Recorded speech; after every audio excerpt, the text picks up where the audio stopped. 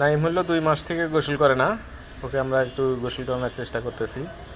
ও 2 মাস থেকে ওর পরিবার থেকে বিচ্ছিন্ন, আমাদের রাজীবপুর এলাকায় বটতলায় চলে আসছে। আমি ওর পরিচয় পেয়ে গেছি, ওর লোকজন, ওর আত্মীয় স্বজন সবাই চলে আসতেছে ওকে নেওয়ার জন্য, তাই আমি ওকে নিয়ে এসে এখন গোসল করাইতেছি। এই যে দেখেন নাইম গোসল করতেছে।